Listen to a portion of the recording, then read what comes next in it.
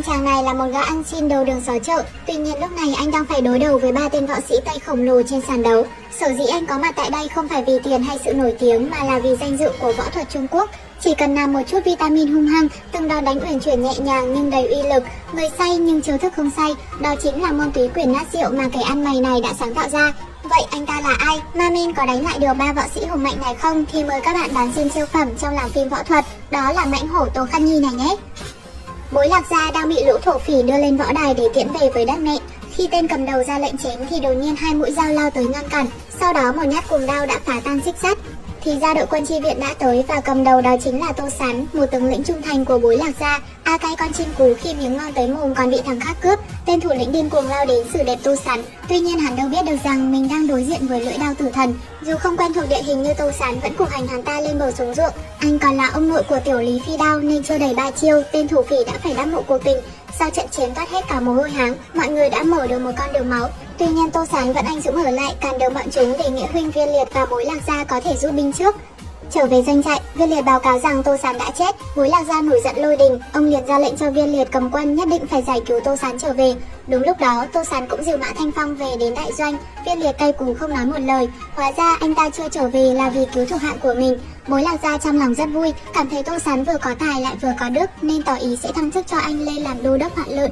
Tuy nhiên từ lâu Tô Sán đã không màng đến danh vọng, chính vì thế anh đã tiến cử anh rể của mình là Viên Liệt mới thật sự là người có năng lực. Bối Lạc Gia không hài lòng, ông cho rằng Viên Liệt là kẻ có dã tâm và rất tàn nhẫn sẽ khó có thể lấy được lòng quân. Không ngờ rằng Viên Liệt đứng bên ngoài nghe được toàn bộ cuộc nói chuyện của hai người, hắn ta tỏ ra căm thù rồi lặng lẽ rời đi. Mọi người tổ chức tiệc mừng chiến thắng. Tô Sán nhìn thấy anh dê đang ngồi một mình bên bờ sông nên cầm rượu ra mời. Mặt hắn lúc này nhăn như đít khỉ nên anh đã liền nhận ra tâm tư của Nghĩa huynh. Không muốn anh dê phải buồn, Tô Sán chủ động nói rằng mình sẽ về quê nuôi cá trồng rau rồi sáng tạo ra một môn võ công đỉnh cao cho mọi người đều có thể học. Bản thân không màng danh lợi nên sẽ nhường chức quan Hoạn Lượn cho Viên Liệt. Nghe thấy vậy, Viên Liệt vui mừng khôn xiết, hắn dường như cũng đã trút bỏ được thành kiến bấy lâu nay với Tô Sán và nói chúng ta sẽ mãi là anh em tốt. Nói là làm, sáng hôm sau, Tô Sán cưỡi khối phân lối phi về nhà đoàn tụ với vợ con. Vợ anh tên là Tiểu Anh, cũng chính là em gái của Viên Liệt. Cô sống cứ thế êm đềm đẹp như một bức tranh. Bất ngờ cha của Tô Sán đến và nói rằng Viên Liệt ngày mai sẽ về thăm mọi người trong buổi lễ mừng thọ của ông. Tiểu Anh nghe xong, mặt liền biến sắc có phần lo lắng. Thì ra cha của Tô Sán trước đây đã ra tay giết chết cha của Viên Liệt nên nhất định quay về là để báo thù. Tuy nhiên Tô Sán lại cho rằng mối quan hệ giữa hai người đang rất tốt nên hắn sẽ không làm điều đó. Ngày hôm sau, Tô Sán đang ở nhà thờ của gia tộc để đón khách thì lúc này Viên Liệt cũng trở về. Mặt hắn đang đằng sát khí và mang theo rất nhiều binh lính. Viên Liệt đi thẳng về Tô phủ. Vừa hay lúc này Tiểu Anh và con trai cũng như cha của Tô Sán vẫn đang ở nhà. Viên Liệt nở nụ cười nhưng trong lòng đang có một âm mưu thâm độc. Với ánh mắt đầy thù hận và khuôn mặt trắng bệch, Tô lão gia thấy hắn rất giống cha hắn khi xưa nên liền cảm thấy bất an. Thì ra cha Viên Liệt và Tô lão gia trước kia là hai người bạn. Tuy nhiên năm đó cha hắn vì luyện ngũ độc tà công mà bị tẩu hỏa nhập ma, sau đó điên cuồng chém giết mẹ của Viên Liệt. Để bảo vệ tính mạng cho Viên Liệt và Tiểu Anh, Tô lão gia đành phải ra tay giết chết ông ta. Sau đó ông đã đưa hai anh em nhà Viên Liệt về nuôi dạy.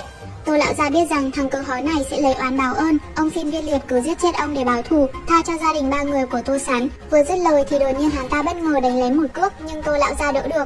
Ông biết rằng mình không phải là đối thủ của hắn nên không đánh trả, muốn một mạng đổi một mạng để kết thúc sự hận thù tại đây và đổi lấy sự bình yên cho Tô gia. Tuy nhiên, âm mưu của Viên Liệt không chỉ đơn giản như vậy, hắn còn hận Tô Sán đã cướp đi người thân duy nhất của hắn là cô em gái Tiểu Anh. Sau đó Viên Liệt lấy thủ cấp của Tô lão gia rồi bắt ép Tiểu Anh và Tiểu Phong đi tế thằng cha hắn. Tô Sán lúc này vẫn chưa biết chuyện động trời xảy ra, nghe quản gia báo tin, anh vội vàng quay về nhà. Khung cảnh trước mắt làm anh chết lặng, thằng cờ hó hút mì tôm đá bát Viên Liệt đã nhận tâm ra tay sát hại toàn bộ gia tộc nhà Tô Sán. Đang lúc đau buồn thì áng khí ào ào phóng tới như mưa, anh nhanh như cát dùng bảo đao càn phá, thì ra đó là một cô. Chưa đầy 3 giây sau thì Dương Quá xuất hiện. Người ta nói 2 đánh 1 không chuột cũng què. Tuy nhiên chúng đâu biết rằng Tô Sán là cao thủ luyện võ từ khi trong bụng mẹ thì bọn chúng đâu có là gì. Với bảo đao chém đá như chém bùn, Tô Sán nhanh chóng áp đảo đối phương. Nghe chừng sơi được anh chắc còn khuya nên cô và Dương Quá đành bỏ chạy. Thì ra bọn chúng muốn dụ anh đến bờ sông Hoàng Hà, nơi đây Viên Liệt đang làm lễ tế cha bằng đầu của Tô lão gia. Tô Sán lúc này cũng đã xông tới, lòng đầy căm phẫn khi chứng kiến cha mình chết không toàn thây. Thằng cơ hó Viên Liệt không những không hối hận mà chỉ muốn ăn tươi nuốt sống Tô Sán ngay lập tức. Mày có lòng thì tao có nước chấm. Tô Sán xông lên quyết chiến, anh nhanh chóng chiếm thế thượng phong, liên tục những nhát đao uy mãnh chém vào người Viên Liệt nhưng nó lạ lắm. Thì ra hắn ta đã dắt một bộ giáp mềm bằng vàng đen lên người, cộng thêm sức mạnh của ngũ độc tà công mà hắn đã tu luyện thành, nên những phát chém của Tô Sán có nặng cỡ nào cũng không khác gì mũi đốt cột điện. Bộ giáp quá mạnh làm cho thằng cờ hó trở nên bất khả chiến bại. Nắm đấm của Tô Sán cũng chỉ như một bài tẩm quốc gia truyền mà thôi. Không còn kiên nhẫn, thằng cờ hó lúc này mới xuất chiêu cuối, đó là ngũ độc tà công. Chỉ một chiêu đã khiến Tô Sán hộc máu mồm. Chiêu thứ hai thì khiến anh suýt làm mồi nhậu cho Hà Bá, nhưng hắn đâu để anh chết dễ như vậy. Chiêu thứ ba hắn khiến toàn thân Tô Sán dính độc đen xì. Đang chuẩn bị kết liễu nam chính thì Tiểu Phong đã lao ra và ôm lấy chân Viên Liệt để cầu xin. Đôi mắt dữ tợn của Viên Liệt lộ ra sự dịu dàng, nhưng hắn vẫn quyết không tha cho Tô Sán nên đã ném anh ta xuống sông Hoàng Hà. Tiểu Anh chứng kiến chồng mình chết thảm nên cũng gieo mình xuống theo cho có đôi có cặp. Viên Liệt mất đi em gái đã hét lên trong đau đớn. Sau bao nhiêu năm, hắn lại trải qua cảm giác mất người thân lần thứ hai. Nhờ có vầng sáng hào quang của nhân vật chính, Tô Sán và Tiểu Anh vẫn chưa chết và dạt vào ven bờ. Tô Sán bị thương nặng nhưng Tiểu Anh quyết không để chồng bỏ nặng ở nơi này. Trong lúc nguy hiểm, may thay một tiền bối hái thuốc ngang qua đã cứu sống. Bà rất giỏi y thuật nên đã châm cứu giúp anh ép hết chất độc ra ngoài. Tuy nhiên tay phải đã bị gãy, ngay cả việc bê một bát cơm cũng trở thành vấn đề lớn. Tô Sán đau khổ tột cùng khi Lục cùng sắp tận chẳng thể báo thù cho cha, trong lòng cảm thấy rất xấu hổ và tự trách bản thân. Mất đi một cánh tay, tinh thần chiến đấu cũng chẳng còn như xưa. Anh hùng ngày nào nay suốt ngày chìm đắm trong men rượu. Thời gian trôi nhanh như chó chạy ngoài đồng, thấm thoát đã 1 năm anh bị ma men nhập, nhìn thấy chồng mình mạng sống cũng chẳng mang đến. Tiểu Anh thất vọng nói, chàng không phải muốn tìm một đối thủ mạnh hơn mình sao? Một người là Viên Liệt, người còn lại là chính chàng đó. Tô Sán nghe xong liền đập trung lao vào luyện tập, ngọn lửa báo thù trong anh lại rực cháy. Anh không thể để vợ con mình phải chịu cảnh nhà cao cửa rộng mà không được về thế này. Tô Sán dần lấy lại được sự tự tin, cánh tay bị liệt của anh nay đã hoàn toàn hồi phục. Ưng chảo quyền của anh đã vô cùng mạnh mẽ, nắm đấm cũng nặng tượng ngàn cân. Một ngày nọ, trong lúc đang luyện công, Tô Sán bỗng phát hiện hai vị cao nhân đang mí nhau đậu trên ngọn cây. Hai người một trắng một đen với khinh công tuyệt đỉnh khiến anh đuổi theo phọt cả rắm mà vẫn không kịp. Cuối cùng Tô Sán đuổi đến một nơi vô cùng ảo ma Canada. Trước mắt anh là một bức tượng khổng lồ bằng đá. Hai vị cao nhân lúc này cũng đang ở đó. Thấy hai vị tiền bối có võ công thâm hậu, Tô Sán tha thiết được xin làm đồ đệ để học võ công. Tuy nhiên cao nhân đầu nhiều tóc nói rằng phải đánh thắng Vũ Thần áo trắng thì mới được bái ông làm sư phụ. Với lòng quyết tâm báo thù, Tô Sán liền xông lên tấn công. Tuy nhiên võ thần quá nhanh, chiêu thức của ông đã đạt cảnh giới tốc độ bàn thờ, khiến Tô Sán không thể nào đánh trúng. Chỉ vài chiêu, Tô Sán đã bị ăn hành sứt mặt, thậm chí là một chân cũng đủ làm anh hộc máu mồm. Trở về nhà với mặt mày thâm tím, nhưng không vì thế mà anh bỏ cuộc. Thay vào đó, tinh thần chiến đấu bùng lên trong mắt anh. Ngày hôm sau là một trận chiến có vũ khí, vẫn như hôm qua, Vũ Thần quá mạnh, những nhát gậy của ông nặng tượng ngàn cân, đánh vào Tô Sán, ông chỉ dùng một tay không hơn không kém cũng có thể quật ngã anh. Nhưng thù còn chưa báo thì không được phép bỏ cuộc, Tô Sán trở lại và lợi hại hơn xưa. Lúc này Vũ Thần đã phải dùng hai tay để đấu lại với anh, tình thế dần được cải thiện. Tuy nhiên đánh một hồi, Tô Sán mới nhận ra gậy như ý của mình là hàng pha ke ngoài chợ trời nên không ăn lại được Vũ Thần. Cứ như vậy nhiều ngày sau đó, Tô Sán được giao đấu bằng nhiều loại binh khí khác nhau, không ngờ rằng chiếc vòng kim cô cũng trở thành vũ khí vô cùng lợi hại. Ý chí và sức mạnh của Tô Sán ngày trở nên kiên cường hơn qua các bài tập. Tuy nhiên vào một buổi tối nọ, vị ân sư cứu mạng đã bắt mạch cho Tô Sán để xem độc tính trong người anh còn không. Vẻ mặt của bà lại có chút kỳ lạ. Nhân lúc Tô Sán đi ra ngoài, bà nói với Tiểu Anh rằng chồng cô đã bị tẩu hỏa nhập ma. Nhưng Tiểu Anh không tin vào điều đó mà cho rằng Tô Sán đã thực sự gặp được cao nhân trong giới võ lâm đang ở ẩn trên ngọn núi này. Tuy nhiên một nồi bánh chưng nữa lại trôi qua, Tô Sán vẫn không đánh bại được Vũ Thần. Tiểu Anh cảm thấy lo lắng nên đã nhớ tới lời của ân nhân. Cuối cùng Tiểu Anh không chịu nổi nữa, quyết định đến chỗ Tô Sán luyện võ xem thử. Nhưng khi cô bước qua bụi cỏ đến gần thì cảnh tượng trước mặt khiến cô choáng váng. Không hề có ông già râu trắng, cũng không có Vũ Thần, chỉ có Tô Sán một mình đang đánh bài túy quyền nát rượu. Tất cả chỉ là tưởng tượng mà thôi. Tiểu Anh biết được sự thật đã hoàn toàn thất vọng, cô không kìm nén nổi đã nói cho anh biết sự thật. Tuy nhiên Tô Sán vẫn một mực cho rằng thực sự có sự tồn tại của Vũ Thần. Lần đầu tiên hai vợ chồng xảy ra xích mích. Thằng cờ hó lúc này vẫn đang ngày đêm luyện ngũ độc tà công, hắn hàng ngày vẫn phải sử dụng nọc độc của bọ cạp chúa để nạp vào cơ thể. Tiểu Phong giờ cũng đã lớn hơn rất nhiều và ngày đêm nhớ về bố mẹ, đã đam mê dù có đánh chết vẫn cứ làm. Vợ buồn thì mặc vợ buồn, Tô Sán vẫn hiên ngang vác họa mi lên núi thỉnh giáo cao nhân, quyết tâm chứng minh cho vợ mình không sai, vợ không sai mà lão đạo diễn sai. Cuối cùng Tô Sán cũng đã đánh bại được Vũ Thần với tuyệt chiêu phi hồn trưởng mà chính Vũ Thần sử dụng. Anh đã lấy lại được tự tin mà mình đã đánh mất bấy lâu nay. Cao nhân đầu nhiều tóc nói rằng anh đã tu thành 10 quả, hãy đi nấu giả cầy thành cờ hói kia đi. Tô Sán nhắm mắt đấm một phát làm bay màu cao nhân cũng như tượng đá. Thì ra người mà anh đánh thắng không phải Vũ Thần hay ai khác mà chính là anh. Tô Sán hí hửng trở về nhà, tuy nhiên vợ anh lúc này đã bỏ đi và chỉ để lại một lá thư. Thì ra cô đã xuống núi một mình để giải cứu Phong Nhi. Hai mẹ con Tiểu Anh cuối cùng cũng gặp lại nhau sau 2 năm xa cách. Cô rơi nước mắt khi thấy thằng cờ hó nhận tâm xích chân cháu mình như một người nô lệ. Viên Liệt nở một nụ cười mà vốn dĩ đã mất từ lâu trên khuôn mặt hắn ta khi thấy Tiểu Anh vẫn còn sống.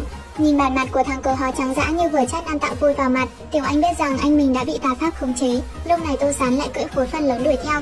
Viên Liệt lộ ra vẻ mặt lạnh lùng đáng sợ, hắn muốn tất cả mọi ân oán sẽ được giải quyết hết trong hôm nay. Cầm đao xông vào, Tô Sán nhẹ nhàng giải quyết giam 3 tên lính quèn, từng chiêu thức của anh đánh ra nặng tựa ngàn cân, đối phương muốn đỡ cũng không đỡ được. Nhìn thấy chồng mình võ công cái thế, Tiểu Anh đã tin những điều anh nói là sự thật. Viên Liệt nhìn thấy ánh mắt đắm đuối của Tiểu Anh, trong lòng dâng đầy đố kỵ. Hắn không muốn bị cướp mất em gái một lần nào nữa, nên đã ra lệnh trói Tiểu Anh lại và đưa đi. Bọn thuộc hạ lôi Tiểu Anh vào giường và nhốt cô vào một chiếc quan tài. Hóa ra là thằng cờ hó muốn chôn sống cô. Nếu như Tô Sán đánh bại và giết chết hắn ta thì Tiểu Anh cũng phải chết theo. Còn nếu hắn sống thì sẽ đến giải cứu cho cô. Để đảm bảo không ai biết vị trí chôn Tiểu Anh, Viên Liệt không nói nửa lời đã giết tất cả bọn đào huyệt vừa nãy. Tô Sán cũng vừa hay đã cho cô và Dương Quá ăn vài nhát đao, sau đó đắp mộ cô tình bọn chúng trong tư thế không thể đẹp hơn. Đã đến lúc Tô Sán cho thằng cờ hò biết bố mày là ai, ngay lập tức anh lao vào trả món nợ máu cho cha mình cũng như để bảo vệ gia đình. Lần này võ công của anh đã thay đổi rất nhiều so với 2 năm trước. Muốn giành thế thượng phong, thằng cờ hò ngay lập tức đã dùng tuyệt chiêu Ngũ Độc Tà Công vô cùng hiểm ác. Tuy nhiên, từng chiêu thức của hắn đều bị Tô Sán khắc chế, tốc độ của anh nhanh hơn hắn rất nhiều nên Viên Liệt không kịp trở tay. Hắn cứ đứng lên, anh lại cho không ngóc đầu lên được. Dù bị đánh tả tơi nhưng Viên Liệt vẫn tự tin với sức mạnh của mình, bởi trợ thủ đắc lực của hắn chính là bộ giáp được làm bằng vàng đen và năng lượng độc tố trong người. Để sớm kết thúc trận chiến này, Tô Sán đã quấn một sợi xích vào nắm đấm. Từ đây, Ngũ Độc Tà Công của Viên Liệt đã bị anh khắc chế hoàn toàn, xuất chiêu nào cũng khiến Viên Liệt vỡ hết cả mồm. Hắn sẽ không ngờ được rằng Ưng Chảo Công của Tô Sán qua 2 năm khổ luyện đã đạt được cảnh giới cao nhất, chỉ chờ cơ hội này để thể hiện. Anh đánh về thằng cờ hó không trượt phát nào khiến hắn đau đớn tột cùng. Thấy cha mình sắp đánh chết Viên Liệt, Tiểu Phong khóc lóc cầu xin Tô Sán dừng tay. Tuy nhiên anh không hề biết vợ mình đang trong tình thế ngàn cân treo sợi lông nách nên đã ra tay chốt hạ cho thằng cờ hó quy tiên. Tiểu Phong lúc này nói với anh, chỉ có ông ta mới biết mẹ đang bị nhốt ở đâu. May mắn một trong những tên cận vệ của Viên Liệt đang hấp hối đã cho Tô Sán biết được vị trí của Tiểu Anh. Và trong rừng, Tô Sán và con trai hoảng loạn tìm xung quanh. Cơn mưa to làm lộ ra chiếc quan tài đã bị chôn vùi dưới đất. Hai cha con điên cuồng dùng tay đào huyệt. Tuy nhiên Tiểu Anh không cố thêm được nữa, cô dần dần mất đi hơi thở. Khi Tô Sán cứu được ra ngoài thì mọi chuyện đã quá muộn màng. Mất đi người vợ, cuộc đời Tô Sán lại thổi dốc không phanh, rơi xuống vực sâu vô tận. Anh dần biến thành một người khùng khùng điên, suốt ngày say xỉn, lang thang như mèo hoang chó dại ngoài đường để xin ăn. Mọi người đặt cho anh một biệt danh là Tô Khất Nhi. Tuy vậy nhưng Tiểu Phong vẫn không rời cha mình nửa bước, cậu bé bất hạnh vẫn luôn dành cho cha những điều tốt đẹp nhất. Bối cảnh lúc đó vô cùng hỗn loạn, bọn Tây Ba Lô ngang nhiên tổ chức ra các giải thi đấu võ thuật lớn để cá cược ăn tiền một cách công khai. Nói là thi đấu võ thuật nhưng thực chất sàn đấu giết người là để mua vui, sẽ chẳng có luật lệ nào ở nơi đây. Các võ sĩ đều đánh thả tay cho đến khi đắp chiếu thì thôi. Vừa hay Mã Thanh Phong đi ngang qua, giờ đây anh là người đứng đầu liên minh võ thuật, không chịu được cảnh người Trung Quốc bị ức hiếp. Mã Thanh Phong đã tham gia quyết đấu với điều kiện nếu thắng thì bọn Tây sẽ phải đóng cửa nơi này, rồi khăn gói quả mướp trở về nơi sản xuất.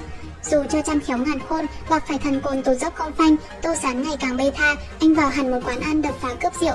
Bà chủ cai cú đã liền alo cho Mã Thanh Phong tới giải cứu. Phong Đệ ngỡ ngàng khi nhận ra đây chính là đại ca đã từng vào sinh ra tử cứu mình năm xưa. Anh nói bạn Tây đang lộng huyền và ngày mai anh phải quyết đấu trên võ đài. Tuy nhiên Tô Sán giờ đây đã không màng sự đời. Anh nhờ Mạnh Thanh Phong đưa Tiểu Phong đi theo để cậu bé có một cuộc sống tốt.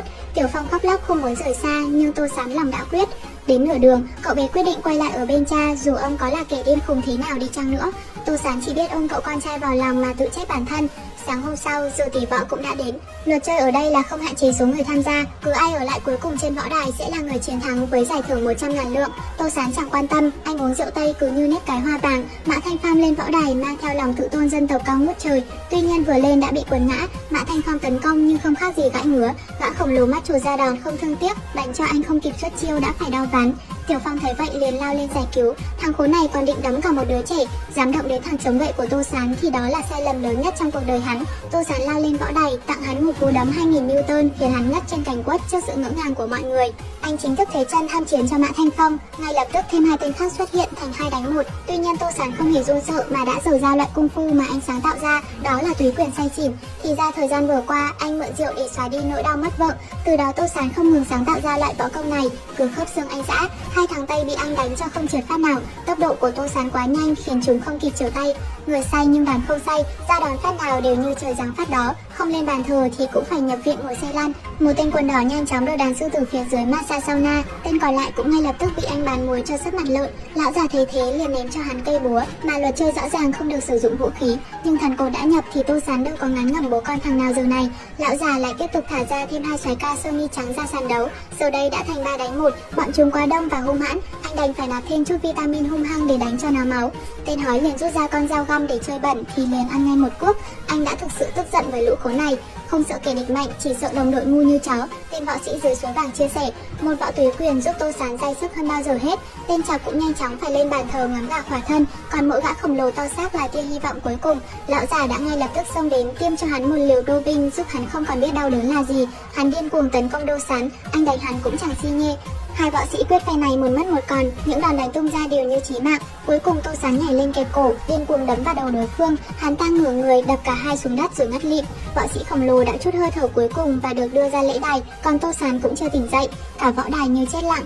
Nếu như Tô Sán có thể đứng dậy thì sẽ chiến thắng, còn không hòa. Tiểu Phong gào khóc thương cha trong vô vọng. Nghĩ đến Tiểu Anh đang thúc giục, kỳ tích đã xảy ra. Sàn đấu chính thức đóng cửa và lấy lại được danh dự cho võ thuật Trung Hoa.